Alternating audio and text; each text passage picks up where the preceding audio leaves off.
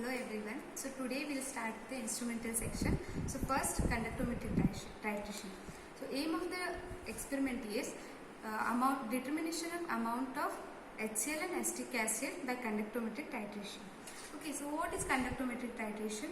So this is the one type of titration in which we are going to measure the end point by changing the conductance. So conductance is nothing but mobility of H plus ions.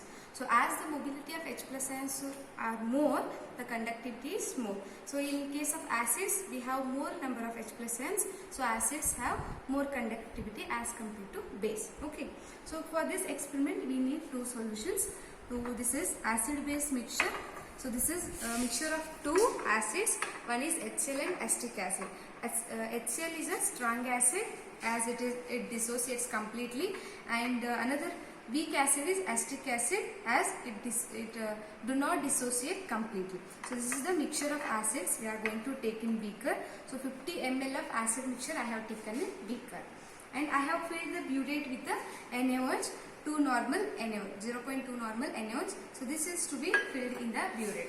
We are going to titrate this acid mixture against the strong base. So this is a strong base and this is a mixture of one strong acid and one weak acid. Okay. So now this is your conductivity cell. I am going to dip this conductivity cell in the solution.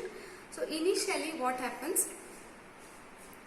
So initially as we have complete acid in this beaker. So as the acid quantity is more and more number of H plus ions in the beaker, your conductance always high. So when you are going to add 0.5 ml of NaOH, acid treats with a base and formation of salt and water takes place in the beaker. So this change in the conductance is given by this conductometry. So already we have calibrated this instrument. So this is temperature we have set and calibrated with the cell constant, with the putting cell constant, that is 1, and the range we have taken, that is 20 millisiemens. So as I told, so when I dip the this conductivity cell in the solution, as more number of H plus ions, conductivity is high, that is 6.29. So when I add just 0.5 ml of NaOH, so I am going to add 0.5 ml of NaOH now. As I am adding strong base here, I am going to stir this solution thoroughly. As here the exchange of ions is taking place with a high mobility of H plus ions with a less mobility of Na plus ions of NaOH. So now the conductance is decreased to 5.76. So continue like this till you complete this all 10 ml. So when I add little more, that is 0.5 ml of NaOH in this case, again the conductance decreases. Why? Because as I said, H plus ions of this HCl and NaOH minus OH minus ions of this NaOH is getting combined and formation of salt and water takes place. As the H plus ions are decreasing, conductance boson decreases. Initially NaOH will react with the HCl, so formation of NaCl and H2O takes place, so conductance decreases. So once all the HCl is completely neutralized, this NaOH, the strong base, will react with the weak acid, that is acetic acid. At this time, here the formation of sodium acetate salt is taking place. So here conductance gradually increases, not sudden increase, but gradually the conductance increases. And once all the acetic acid is neutralized by adding this NaOH, so we left with no acid, no H plus ions in the beaker. So still we are continuing with adding this NaOH. As this OH minus ions are free in the beaker, so conductance again increases. As already told the nature of graph, that is, so first when NaOH is reacting with the HCl, the conductance decreases, so your graph decreases and comes like this. And then when your NaOH is reacting with the acetic acid, so it is conductance is increasing, it is gradually increased. So once all both the acids are neutralized, we left with the only OH minus ions. So due to free OH minus ions presence, conductance sudden increases. So this is your nature of graph. So let me explain the calculation part. So as I told, this is a reaction when HCl is reacting with NaOH.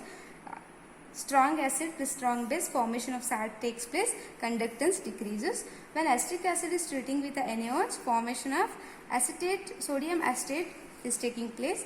So now, as it chart table shows here, first we have not added any NaOH, so we are going to write down the first specific conductance, that is 6.78, and then we have added 0.5 ml and we have checked the conductance. We are going to write here.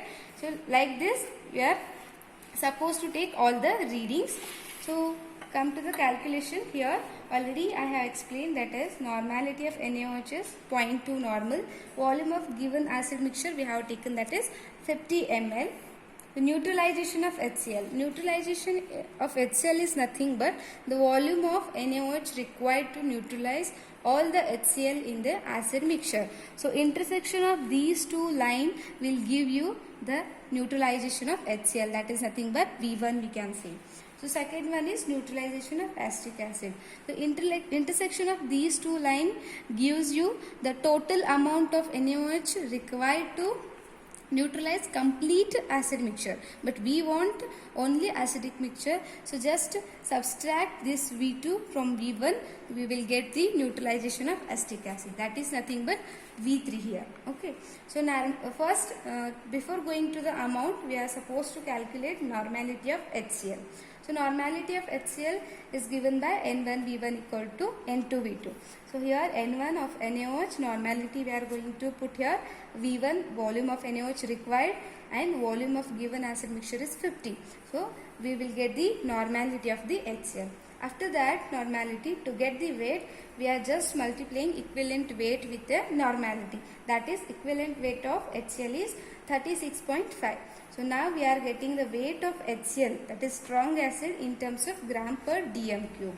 So we want the amount of HCl per 50 ml because we have taken 50 ml only. So just multiply that Y, whichever we have got here, into acid mixture, that is 50 ml of acid mixture divided by 1000.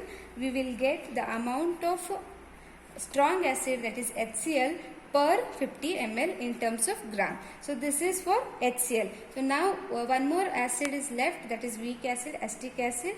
So same procedure is followed, but here we are considering equivalent weight 60 and the neutralization of acetic acid V3 is different for this. So same procedure is followed to get the acetic acid amount. Thank you.